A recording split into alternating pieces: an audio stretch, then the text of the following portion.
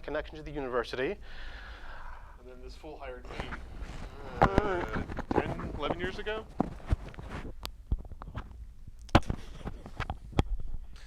And I came to work with the university in Jack's group, actually, for a number of years until I departed for different shores. Said he knew something about Puppet and... Yeah, sorry about that. And wound up walking a strange path of observability and metrics and monitoring and alerting and all of those things. You got me into this. This is his fault. Yes, I apologize daily for that, but we are where we are now.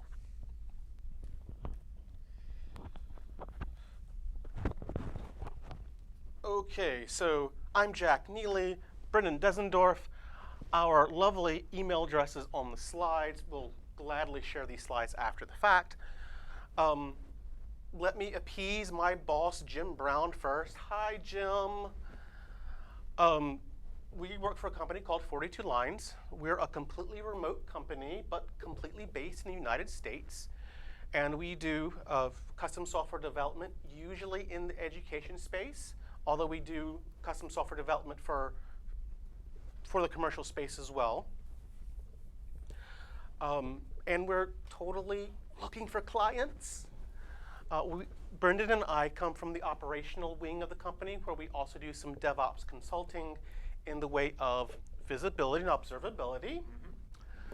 Clearly, which we're going to talk about, disaster recovery, security, databases, making sure that you don't even have to pay Bitcoin ransom for your stuff. What else did I write down? Oh, if you're familiar with Canvas and Blackboard, we have some really cool integration stuff with that. If you happen to work for a university and are looking for some integration with PeopleSoft and, say, class registration and application process and all that annoying administration stuff that's different for each university, we do that really well, and we're interested in doing it in other places. So that's kind of who 42 Lines is and what we do. We brought some salesy things if you're interested. We brought some cards. So if you look at our salesy things, you'll note that it has one very large client on it that both Breandan and I are embedded with. We are embedded with Fitbit. How many steps do you have, Breandan? I have an Apple Watch. Sorry. My brother works for Apple, so So we're not the type that want to stand on the popularity of our clients for our reputation. We want to have our reputation because of our own merit. So we're not going to talk a lot about Fitbit, but it'll leak out and you'll understand a few things better. Okay, any heckling before I continue? More.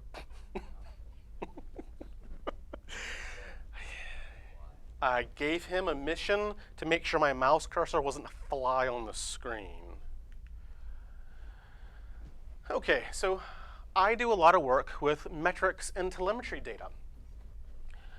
I usually do a lot of work with Prometheus. We're trying to move away from a graphite StatsD system, but this sort of starts us on this kind of journey of, hey, why are we here tonight? One of the things that we get asked a lot at our wonderful client is at some point, a metric is a number. It's a measurement. It's a 64-bit double precision float. What's the difference between that and a log event, which is normally a string? And really, a 64-bit float and a string is pretty obvious they're pretty different. But a lot of these products sort of overlap and step on top of each other. All these vendors are kind of jockeying around the same space. And as you start to approach more and more scale, sometimes in certain situations, it's easier to emit logs.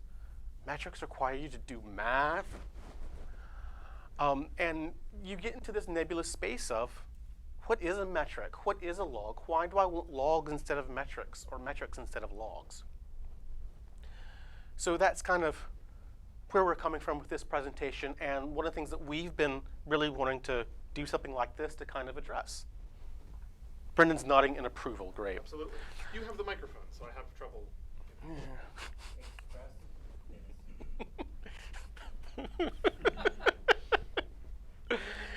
Okay, so I've got some examples on the screen of metrics from Prometheus. It's pretty simple. Prometheus has a pull-based model, so Prometheus reaches out into your application, pulls back some metrics, attaches a timestamp to it right then, which is kind of handy. You don't have to worry about timestamps in your application. One of the features I like most about Prometheus is that your application doesn't have to be aware of the namespacing that's added to your metrics. Your application doesn't need to know what host it is. It doesn't need to know what tier it is or what data center it runs in. Prometheus knows that. It can apply it globally and consistently. I've got Graphite up here, which is a push-based system, so your application emits metrics on an interval. Dotted namespace, pretty simple. New versions of Graphite support tags or label values via MySQL.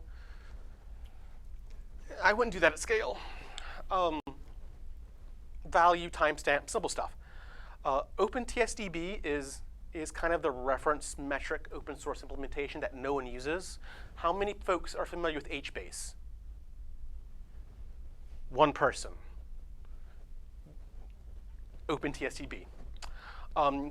But yet it's one of our reference implementations of metrics and is really very powerful.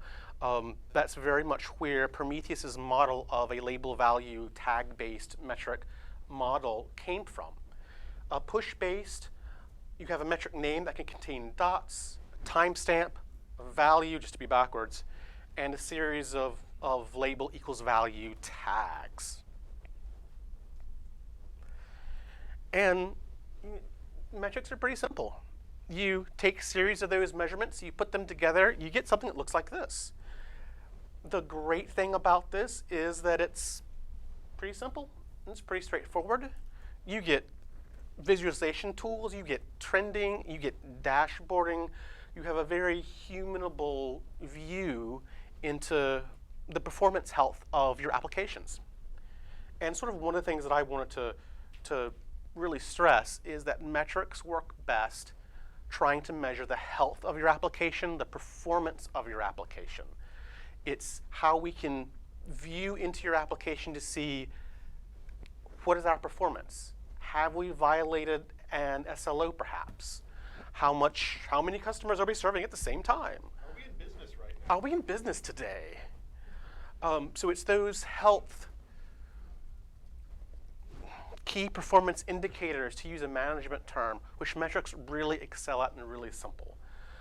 CPUs are good at math. They run at 3 gigahertz. So aggregation of this is data. When you from multiple different instances of an application into an overall health metric, into an overall dashboard, is not bad. It's pretty simple. We can even do fairly advanced alerting, really simple, and in real time. So, I could get into an argument about threshold-based alerting versus some anomaly detection. Glad to take some questions about that if folks have that. This is an example of a fairly reasonable anomaly detection. Uh-oh, sir. I use a lot of Prometheus at work. Is there a way to do anomaly detection natively within Prometheus, or is that you pull the metrics and then you perform anomaly detection on that metric set that you pull? So the question being, he uses Prometheus, and is there a native way to do anomaly detection in Prometheus? It's a great tangent. I got some slides in my appendix about this that I can show kind of when I get there. But to answer the question, yes. The interesting part about Prometheus and anomaly detection is it kind of gives you a tool bag and expects you to know what to go do with it. So there are multiple techniques one can use there to build some anomaly detection. This on the screen is looking at a moving median from an hour ago and comparing it to raw data right now. And the alert that I'm graphically representing here with the gray bar is the raw data within plus or minus 10% of that moving median forecast from an hour ago. Pretty simple way to start with some anomaly detection with Prometheus. If you're using Prometheus, Prometheus has a Holt-Winters function. And if you come from a graphite world, graphite has some really good tools around Holt-Winters and doing some anomaly detection based on that. The Prometheus folks, when they implemented this function called Holt-Winters, implemented the wrong numerical method. They implemented Holt's linear method, which is double exponential smoothing. So you get level, say the graph on the screen is what, around 90-ish? That's about its level straight across the screen. You get trend, are we trending up or are we trending down? That's Holt's linear method. That doesn't give us super great anomaly detection. The entire Holt-Winters algorithm is triple exponential smoothing and includes seasonality, which is really key in doing some of that. But there are lots of different ways. I can definitely poke you to a couple different presentations about Prometheus anomaly detection. Excellent tangent. Thank you. Did I raise any more questions? I like questions. Quick question. Do you use Alert Manager for your greatest alerts, or do you use something else? I use Alert Manager. Okay. Is that like the way to go for that? That is usually the way to go. I have a love-hate relationship with Alert Manager, but it's usually the way to go. I can tell we're going to talk more. What else did I want to say here?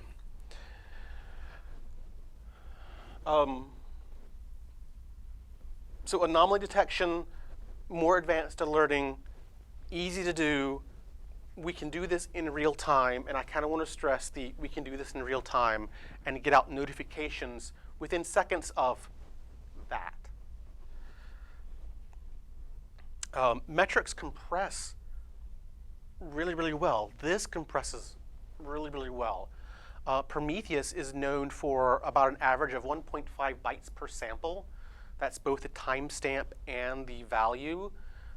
Both of those, this timestamp and the value are both 64-int numbers, or 64-bit numbers. And yeah, we can compress that down to 1.5. I've seen Prometheus get as low as 0.5. And I was doing some estimation work today on a large Prometheus instance, and I couldn't figure out why does it keep running out of space?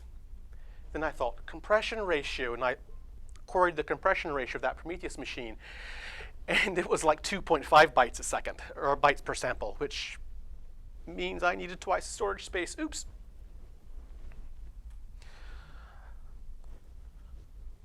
Where am I? But math is simple. Computers like math.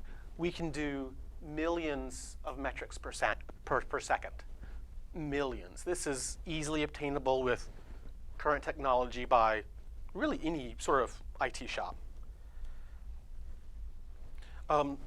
Talking more about metrics, there are 3 basic data types. Each telemetry platform, TSDB, implements these a little different, and sometimes it's just a lot of convention on how you use some of the metrics. But the 3 basic types of metrics is a gauge. A gauge is a value that fluctuates up and down, which looks very much like the rate of hits per second we just saw here. You would use that to keep track of, say, temperature in the room, how much your heap size currently is, the number of open file descriptors, kind of thing. The second major type of metric is called a counter. A counter continuously increases. It's what we call monotonic. The only time a counter value becomes lower is when the application resets, or in the outage that we had this morning, but that's a different story.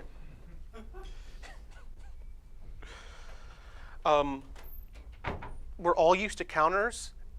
Does anyone run a network interface card, a NIC? It counts how many bytes you transmit and receive. Those are counters. The third part The third basic data type is what I refer to as a stat. How many folks have used StatsD? I see some movement. StatsD from Etsy really keystoned using metrics in this way. A stat data type is a method of collecting events and modeling that distribution. What StatsD did was it would collect events, and every interval, every 60 seconds, StatsD would admit a pile of summary statistics into Graphite. So you could then look at your summary statistics in your dashboard and see the average, see the 99th percentile kind of thing. Prometheus is known for using histograms to model a distribution. It also has a summary data type, which is cheaper than histogram. A histogram is a summary plus. Other TSDBs do kind of similar things. Darren, sir. So you said this is reporting them in a 64-bit float, I think you said. So is it important to have any sort of expected range for any of your gauges or anything, or just throw it in, it'll deal? That's such a large number to absorb any value you got. Prometheus, Graphite, those are the ones I'm super familiar with. Everything's a 64-bit floating point number. That's IEEE 754, and all the limitations thereof. Some TSDBs, I believe OpenTSDB, some commercial aspects, can actually figure out the type of data you're sending, and if it's actually a 64-bit integer or a 64-bit signed integer, and play some tricks, depending on the features of the solution. What would you say that data type was? I was just describing what he was saying. That it stores just 64-bit floats, and so that's it. You've got whatever size of data you don't care about. Yeah. What about things like times, or like, well, I guess you just say number of seconds. Yeah, how can you put times as a value in a TSDB? Totally Unix timestamp, seconds since the epoch. That works really well. Prometheus has some really fun tricks you can do with that. Easy to shove into a float.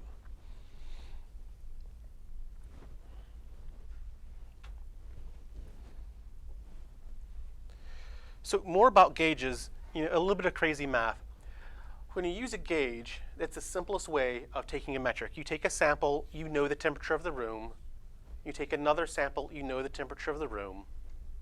You take a third sample, you know what temperature it is in the room. You, a human, you look at that data and it's 74 degrees.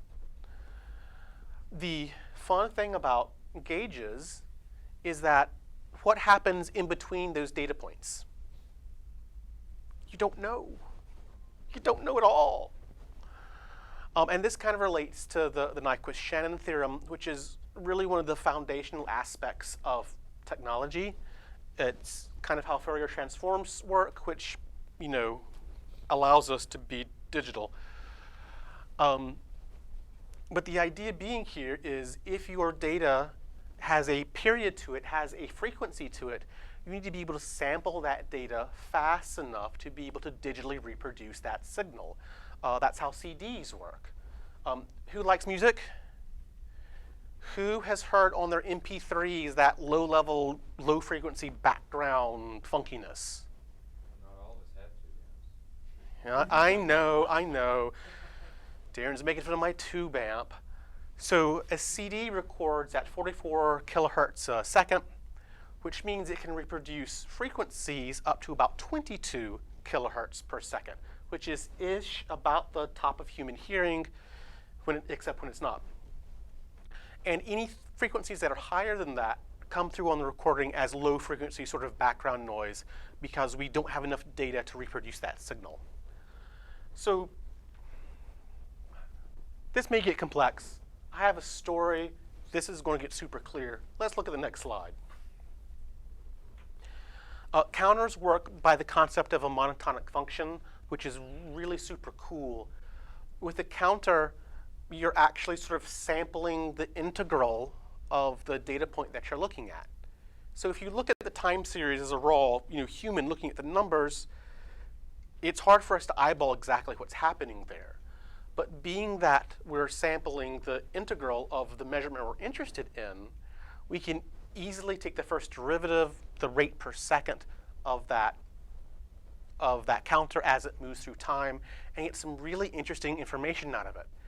And the power of doing this, the reason that I suggest you use counters as much as humanly possible, is because you're looking at the area under the curve.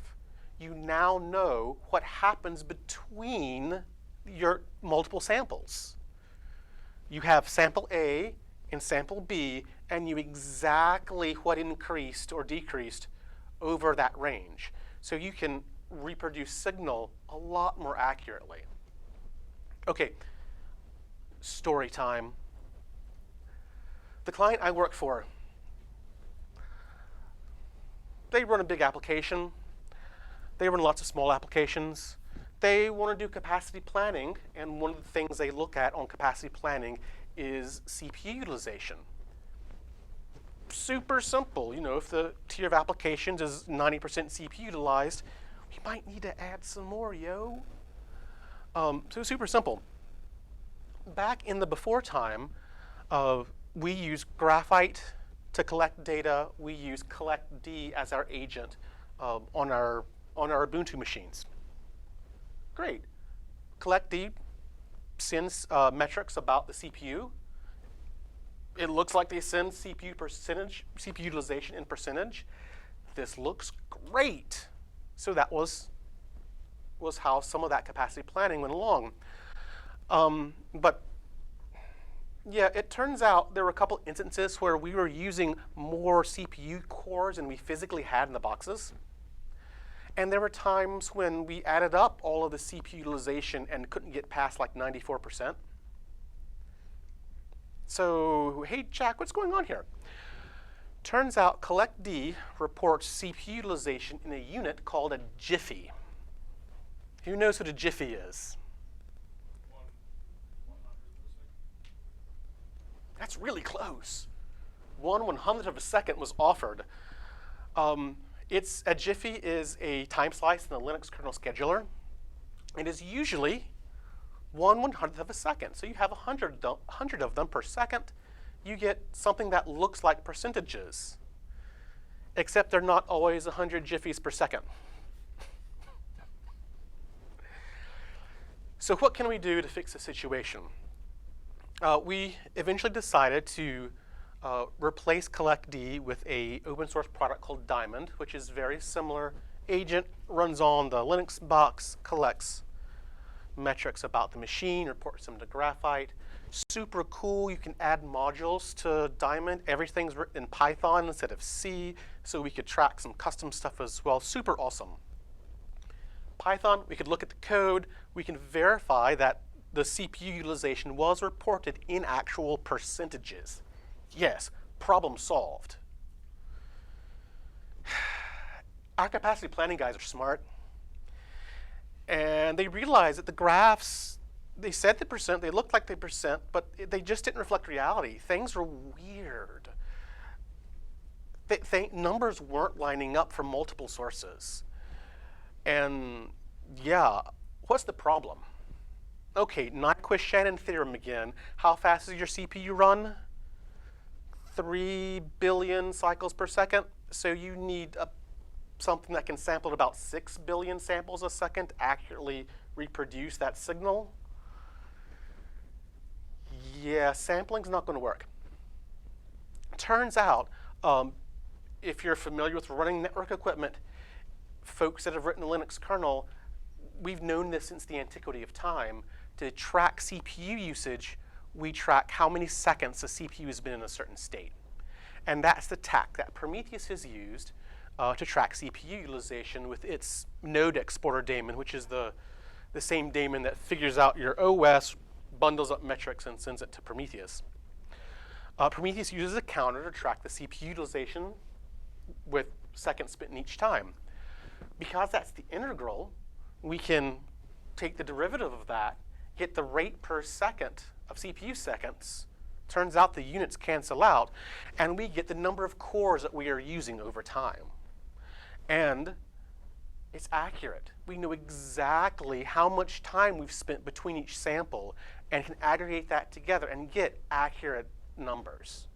So that's kind of the power of using just a touch of calculus in your telemetry systems.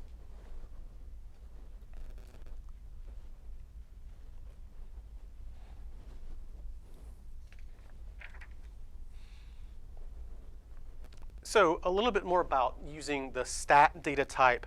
I've mentioned stats-D and how it works as it collects events every interval, every 60 seconds. It emits some summary metrics. The problem with stats-D is that what you're looking for, you're looking to produce statistical summary metrics that are both aggregatable and robust. You can add them together so you can slice and dice. They're robust, so they give you good indicators of system health. Averages are really affected by outliers. Percentiles are not. They tend to give you a better idea of how your system is performing. But percentiles and averages aren't aggregatable. So you can run stats-D per machine and get great statistics per machine and have no idea what your system is doing in aggregate. You can run stats-D as a centralized service and collect things in aggregate and have no idea which machine is malfunctioning. So this is where metrics start to break down a bit. I advise folks that are looking for metric advice to look at solutions, look at vendors, open source solutions that have histogram support. Histograms for collecting metrics are really super powerful because histograms can be aggregated together. And we can use histograms to estimate percentiles, find the mean or estimate the mean, and build those robust metrics that we're looking for. So we can have look at each instance in our application and figure out which machine is broken.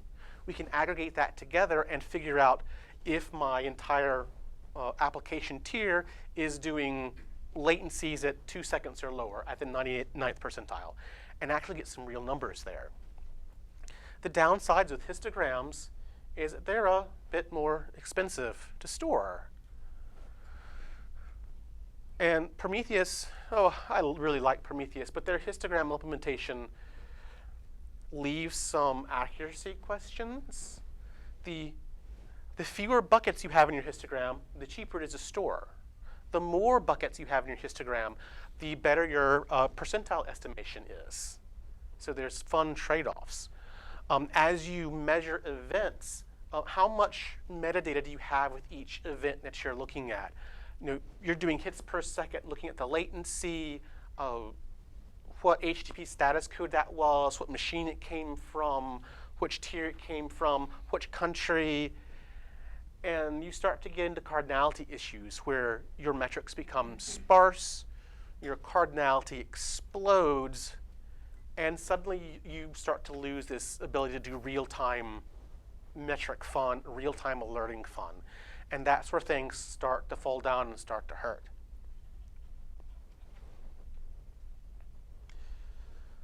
Another really fun thing about doing metrics is this concept that I call reporting. The Prometheus upstream developer folks also refer to reporting. And it's really the concept of data alignment. Graphite had this function called summarize. It was really great in taking your data, dividing it up, each hour, each day, and building a report of how many hits did I have for each hour aligned to the hour. You turn that into your manager likes it, he sends it up to the C execs, everything is hunky-dory, everything looks perfect. The problem with Graphite and how it handles alignment is that it adjusts your timestamp during ingestion and uses a mod operator on your timestamp to make it align. Other solutions deal with alignment at the query end. Prometheus does it on the query end, so it kind of tries to take the data points and figure out which ones are close enough to pretend they line up. The effect we get from using metrics for reporting is something that looks like this.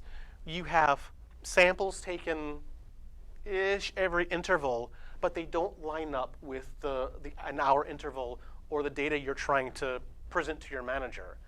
So you actually are turning over graphs that may or may not have data from the first hour in the bar for the second hour. And there's these fence post problems that make this reporting less accurate than we'd like it to be. In fact, I don't recommend you do billing based on metrics because your billing is not going to be accurate enough for your customers, and they notice these things. So that's kind of one of the funnesses of using metrics. Prometheus gets around this by trying to avoid this problem and pretend it doesn't exist. But reporting is important.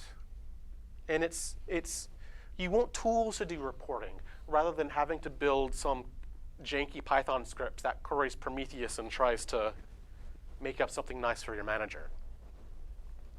And besides, Graphite made it look easy. In reality, both are wrong, they're just differently wrong. I'm going to let Breandan talk now.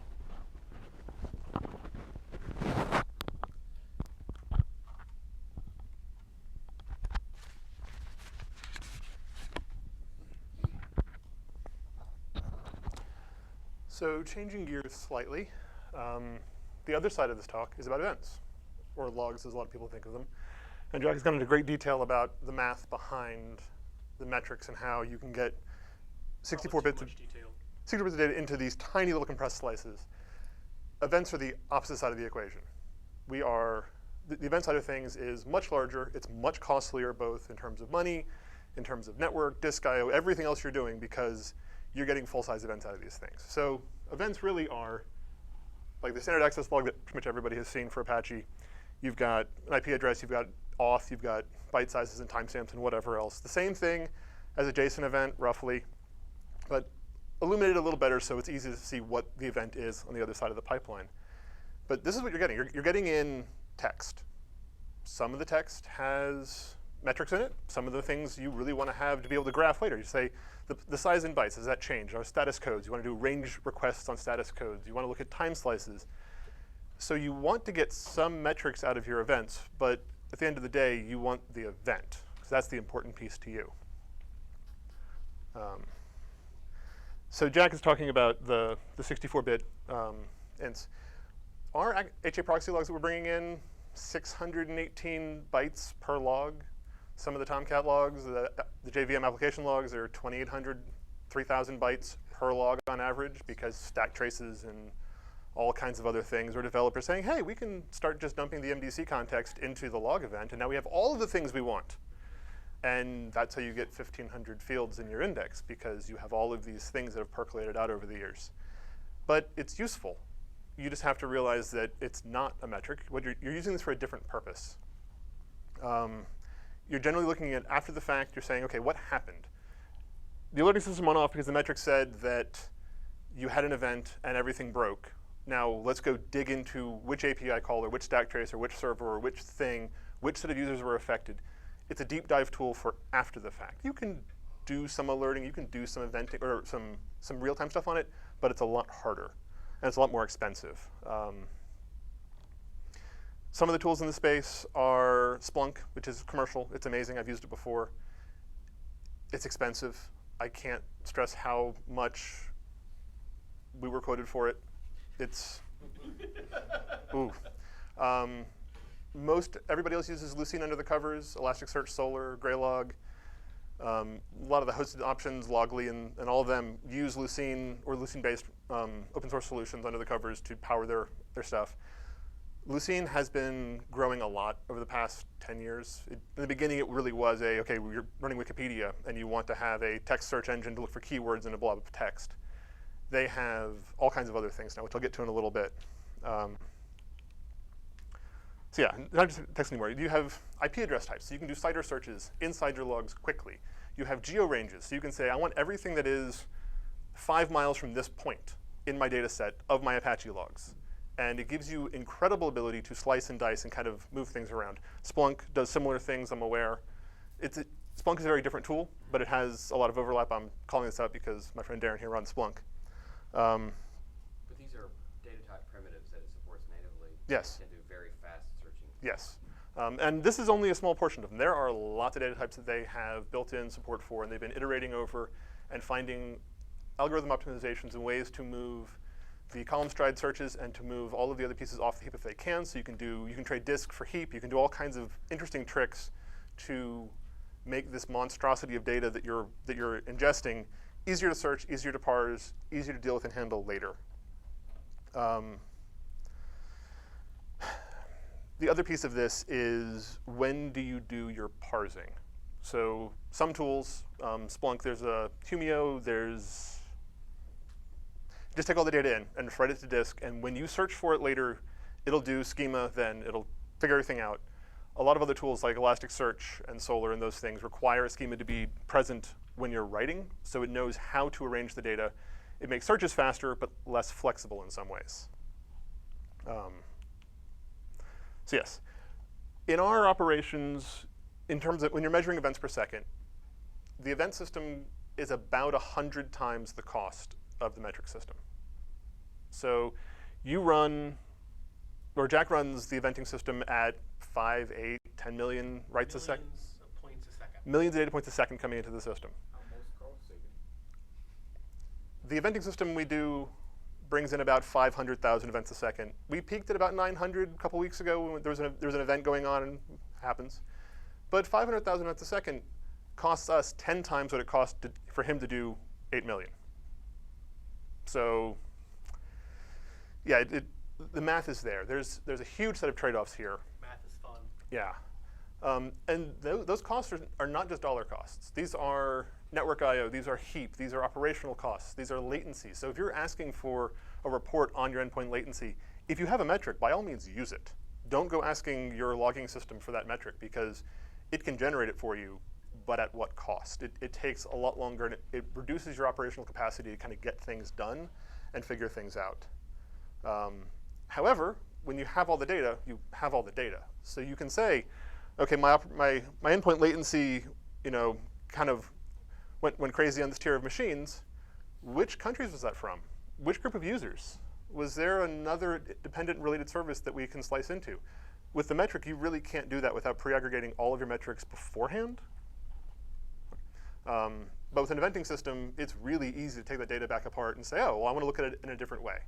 So it is the tool to find the users that had a bad experience when your P99 alarms went off and said, oh, your latencies have spiked and kind of gone crazy. We're back to Jack for a second. We did not plan this as well as we might have.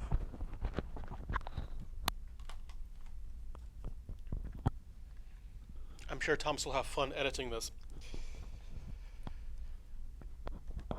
So guidelines for working with metrics that I preach. Sorry, you're my choir. Use counters. Use counters as much as you can. Even if you're in a situation where you think a gauge works best, try using a counter. Try figuring out how to. Computers export or you can query the bias for how fast the fan is spinning on your CPU. And it usually gives it to you in rotations per second, per minute. And that's a gauge. You can't really count that. But if you could count the rotations, it opens your mind. Key health indicators, key performance indicators, metrics help you know the performance, the health of your applications. When you deal with measuring events, have a plan. Have a plan of the level of dimensionality, the number of tags you want to include on each event. Because it's really easy to think you can have them all, and then you run into cardinality issues, and then things become less fun. And you start to find a line where you're starting to put your logs in your metric system.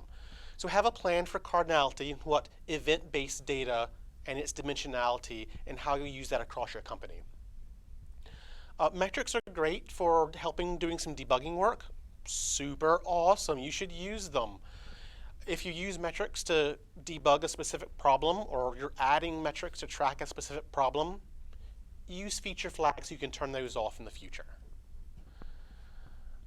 If you're evaluating TSDBs, look for histogram support.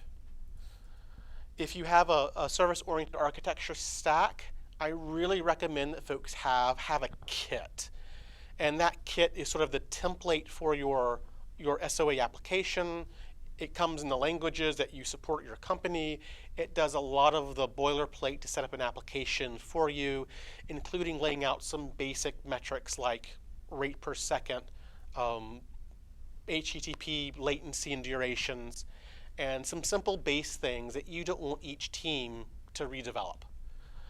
And by having all of that metric data the same, when people move from team to team, or somebody like me looks at another application, we can instantly start to come up to speed on what metrics mean, which have what meaning with that application, because it's all the same. I really like the concept of being able to have namespaces around your teams and or your applications. That really helps the management. That's kind of one thing I like about Prometheus, is it sort of forces you to shard on team or shard based on application, which can be really handy. And of course, it also has its double edge too. The challenging thing about metrics, because you end up with a lot of them, is figuring out how to identify the important ones. And usually the important ones are what's on your dashboard. And what I've attempted to do is encourage people to use recording rules for their dashboards. And in Prometheus, a recording rule usually comes out in a specific format. I look for that specific format, and I take those metrics and I federate them to a safe place. And that's how I figure out what data is important, what data do we want to keep long term, versus the rest of the data, which is really important now and really important a couple hours from now, but less important tomorrow or next week. Darren. Can you give an example of a cardinality problem that happened, like something that blew up that was not good? Thought it was going to be okay, and then whoa. Super easy. Bad thing. Using histograms, you've got a counter type. Histograms in Prometheus are based on counters, and you want an example of how cardinality explodes. That's the question I'm repeating for the recording. Prometheus histograms are based on counters. So you have a counter for each bucket. The histograms are observing events, HTTP latencies, but which endpoint did the client hit? Are you looking at a category of endpoints that you have like a directory of endpoints, of API endpoints might be counted in the same event, in the same observation with the histogram? Do you observe each of those endpoints individually? So do you have your entire access log dumped into your histogram? Are you adding a status code? Did you get a 2XX or a 3XX or a 202, a 201, a 403, and a 505? And adding a few more dimensions, you multiply the cardinalities of each dimension, and suddenly you're looking at a histogram that has tens of thousands of metrics per histogram. And then you multiply that by how many instances of your application you're running, and all of a sudden you're dealing with millions of metrics. And it doesn't take too much to really start to balloon there. And the more you balloon, the sparser your data becomes, but it's data that the mathematical algorithms still have to process, and then the slower it gets, and then you start to lose that ability to do it in real time. Did that help? So if you're looking at metrics like collecting HTTP latencies, if you have a metric with fairly predictably low cardinality, like your status code, you're going to collimate them into 1XX, 2XX, 3, 4, 5. Great, that's Yeah. something like every possible REST endpoint you've got, and you're registering 1,000 new ones every day because those developers are busy. Then maybe it would behoove you to somehow group them into a lower cardinality. Into some sort of category, yeah. In some ways, to reduce the cardinality, and then you lose some resolution about which particular endpoint, but you can say at least it's the administrative, Yeah, endpoint. and it's that trade-off of what resolution of data, of dimensionality you want in the metric data to judge the health of your application versus having an event that happened and knowing that you can go and see the real data in all of its glory in his cluster. Thank you. Another example of that, unfortunately, is another example of the metrics cardinality to be aware of is internal applications often report the IP address for which backend server you're hitting, and that's fine. IP address in the metrics? But when you suddenly reuse that same code for an external facing application, the set gets really, really ugly really fast, and you start taking things apart. The last time that happened, I think Graphite blew up, but I've blown up lots of Yeah. systems that way. I'm just gonna hold it. Don't So, put your email addresses in your metrics? please don't, please. So, guidelines for using logs and events, similar but shorter to JAX. One of the biggest indicators of speed for your eventing system is the size of your metric, or the size of your log, because it has to transmit over the wire, it has to be generated, it has to be processed, it has to be parsed and taken apart and repacked and stored, and that increases disk latencies, network latencies, CPU and memory. Everything goes up based on the size of the event. I mentioned earlier, RHA proxy events are 600 and whatever bytes on average per. They process so much faster and so much less costly than application logs do, because you don't need to burn nearly as much CPU on it and everything else. The second piece is if you can have your application, you can have the vendor of the appliance, you can have whatever it is, emit logs in a standardized format that everybody can agree on, so you don't have to go through with a grok expression or a grep parser or something else trying to take apart the log and figure out which pattern, is this an error log, is this an access log, is this a special case of the Elasticsearch logging pipeline, which only got JSON formatted in 7x, which we're not on yet. There's all kinds of issues there. So if you can have pre-formatted logs, or at least pre-processed logs, to every degree that that's possible, it saves pain everywhere else. We use Kafka for a logging pipeline, which allows for multiple consumers of the same log data, so security can run scans against various things, and you can have a development cluster that pulls in the same log data, but only a portion of it. If the logs are already processed when they hit the pipeline on the front end, it means you're not reprocessing them on every step on the back end. So it's yet again reducing the amount of spend, it's reducing the amount of cost, it's reducing the complexity of everything else you're trying to do by simply saying, no, when you're setting up your Apache server, please use a custom logging directive that does JSON instead of doing the horrible plain text stuff, please. It makes everybody else's lives easier. And it removes all the ambiguity about what field it was. So when somebody changes a log field, or they change an element in a message, and they don't tell you that they've changed it, and suddenly, well, that's not user anymore, that's something else. The third position in the field is, okay, well, we gotta go fix that now. And if you can get away with it, look into sampling and roll up and reporting on your logs instead of keeping everything. We keep everything for a week. There are certain categories of things that we keep for 30, 60, 90, 180 days based on certain endpoints, certain loggers, certain classes that have been deemed important. Security asked for SSH logs, for example, for 3 or 6 months to have full resolution, just to make sure that they weren't missing anything. And yeah, that's a reasonable ask. It's a very small slice as compared to HA proxy load balancer logs. You want all your HA proxy logs for the first 24 hours. You really want them. You don't really need them after a couple of days. And 6 months from now, it costs too much to keep all of them online all the time. Especially, our pipeline runs at about 5 to 600,000 events a second. We're bringing in literally tens of billions of logs a day. You just can't do it. So I've got a slide in here in a minute about doing some interesting things with sampling and how to get out of that anti-pattern of trying to keep everything forever while still giving people usable data. And so this is my turn for the mathy stuff. Actually, let me put this back on so I can stop. There we go. So if anybody here isn't doing tracing yet, start now. At your load balancer, generate a request ID. Doesn't matter if it's a composite of the front end and the client IP address and the time and the whatever else, or it's completely random UUID. I don't care what it is, use one. Pass it through this application stack, so every application that gets it, re-emits it as part of their log, and now you can go into your logging solution and say, hey, request ID equals foo. And now you can find that user's experience from the load balancer to the database and back out again. You can see all the things that happened.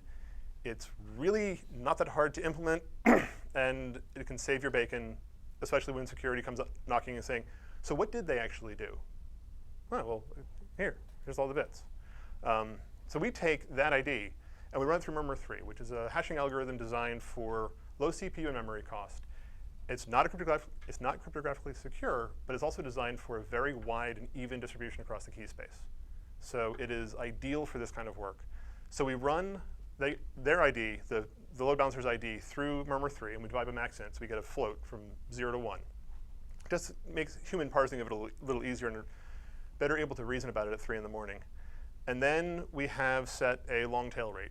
And this is the stuff that we're throwing off to an index that is included in all the normal queries, but also you can do separate queries that are only hitting this index. And our long tail rate is 0.999. So out of every 1,000 events, we keep 1. And we stick this in an index that we keep for a year, and we can keep this index at the cost of half of a day of full resolution data. So that's a reasonable trade-off. Now we have longer term visibility into some of these log data, and you can still slice and dice on stuff at a much lower cost. At Darren's suggestion from Beers a couple weeks ago, I also added a little bit of Ruby magic, because when you're only doing this on 1 out of every 1,000 logs, it's not that expensive, to put scaled count into the log message. So when you are reinflating the data on the other side, you can just do a sum operation instead of a count. So instead of counting the number of events you got in, you just sum it. And you go from something like this, which is looking at 400s and 500s on a load balancer on a 24-hour period. This is on an application. This is an SOA application. The SOA application's load balancer. It handles about 10 billion events a day. So this graph took us 8 or 10 seconds to render, because it's going through 10 billion logs across 443 data nodes, and it's pulling all the stuff back in. And I'm thinking, wow, 8 or 10 seconds, that's pretty good. But operationally, it's real painful to use, because you load it up, and let's say your dashboard has 15 graphs on it. Well, they're all running concurrently, but they're all running. And you're trying to figure out what the problem was. You're digging into something. And 8 or 10 seconds starts to be really painful. And if you include all the data, or you start doing other slicing and dicing, it can go longer. So instead, compare against this. The shape of the data is exactly the same. It is really easy to see that big spike in the middle there. They're really subtle, so I kind of like to see the animation effects. Now, you have to be aware that there are trade-offs here, and there are serious trade-offs here. In the sampled version, there are no 502 errors. Here, there were 289 of them. If those are really important to you, you've lost them. They're gone, because statistically, you're not going to hit those things. But with 10 billion events, do you really and honestly care about the 289 502s? Probably not. But be aware, this is your data. You have to figure out how you're using it, how you want to operate it and handle it. But this graph, this graph loads in 1/10 of a second. And it loads in 1/10 of a second. You're looking at 24 hours or 48 hours or 2 weeks. And the other graph, as you start expanding the time ranges, hits our 90-second Kibana timeout and just fails, because you've asked the cluster to basically read every Lucene index on disk and go digging for all the possible combinations. So bridge those worlds a little bit. Why is your Kibana timeout 90 seconds as opposed to the default 45 or 30? Because we, Too much data? at 24 hours, the question is, why is our Kibana timeout set to 90 seconds? We do that because we, at 24 hours, start moving indexes from servers that are over-provisioned on memory and SSDs for speed, for ingestion and query speed, over to machines that have spinning disks and a lot more heap, but they're set up for longer retention. And most queries that come in to the system are, you're looking at release management, you're looking at change management, you're looking at a security event that happened right now. The metric went off, and you don't know what's broken, let's go dig into that. That has to be immediate. The people looking at the longer term data are usually looking at smaller slices of data, and they're usually looking at it over a long period of time, and it's a human running it. And so if it takes 8 or 10 or 15 seconds, it's fine. If it takes a minute, that's not good, but it still works. Whereas if you have a script that's running the release coordination pieces that says, we're not going to flag this release to go out until we verify the number of 503s has gone down, or whatever the metric is you're carrying at this moment, or this stack trace has gone away. That's got to be performant. So it's a different trade-off. And so as you wind out to larger and larger data sets, it can go a lot slower. So, as a follow-up, this may be a little bit off topic, but do you have hot warm clusters for Elasticsearch? Yes, we do hot warm clusters. We thought about doing a third tier to handle things like the sampled index and other kind of special case snowflakes, but we're just doing the standard hot warm at this point. So we have a setup of, on the 5 data clusters, I want to say each of the data clusters is 35 read writes and 50 read onlys at the moment. And we stripe the data across all the 5 clusters. So an event goes into one of the 5 randomly, and then we use cross-cluster search to re-aggregate all that back together. Because cluster sizes, when you get large enough with Elastic, stop working so well. So that's the partitioning scheme we use. And it functions very nicely. So you mentioned that between these two, some of the events, as you can see, you're losing them because they're so rare that they don't occur very often in your sampling. Yes. Right now, you're using sampling at the same rate for all events. But if you know more about your data up front, you could use different sampling rates for different types or for a different code, or maybe even dynamically looking at the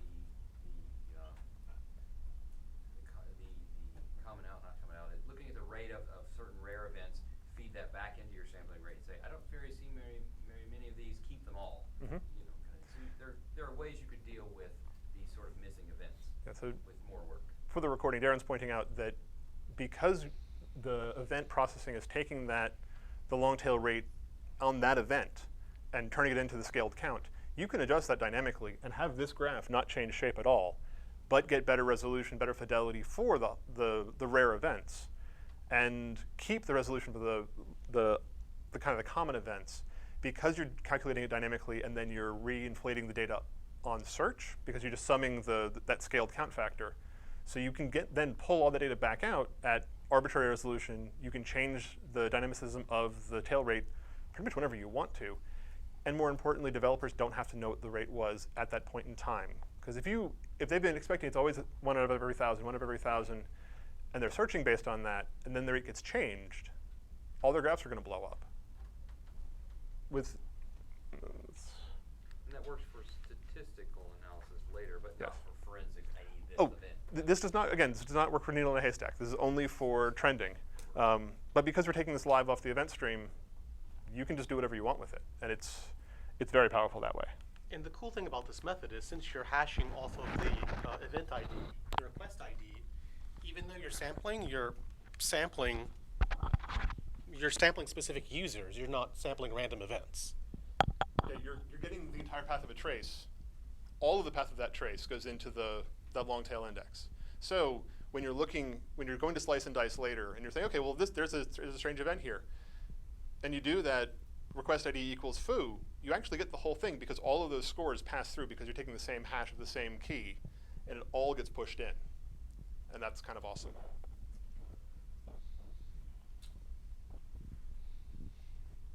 Awesome. So, Breandan and I do a podcast, and y'all should listen. Y'all should tell a friend. So if you haven't heard enough of us talk, please head on over to operations.fm, which is our website. You can find the Practical Operations podcast on iTunes, Google Play, your iPod thingy of choice. Jared co-hosts with us. Ken makes an appearance occasionally. We like having guests and people that want to come talk with us. Even Darren's done a couple episodes with us. I mean, so we have Darren immortalized in our podcast. So please feel free to take a listen to the Practical Operations podcast. We've been your hosts. I'm Jack Neely. Operating Dezendorf. Yeah. And he doesn't fall for the joke. And yeah, if you would like to bring us in-house for your company, pick up a business card, give us an email. We'll be glad to talk to you as well. Or if you just want to chat about this stuff, we really Can love we just doing go this out to stuff. beer and talk about integrals and math? Thanks, guys.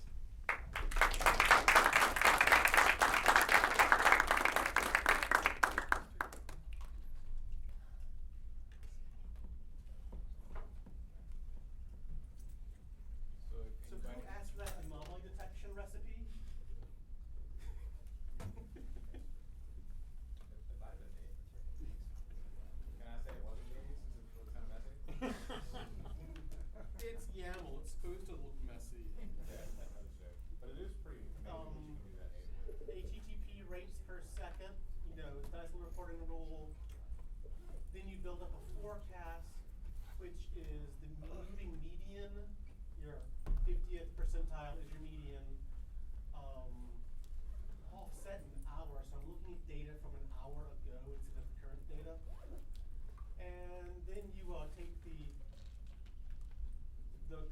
raw data, the current data, you subtract the forecast, you take the absolute value of that, you divide that by the forecast, and you get a ratio of how much your raw data meets your forecast.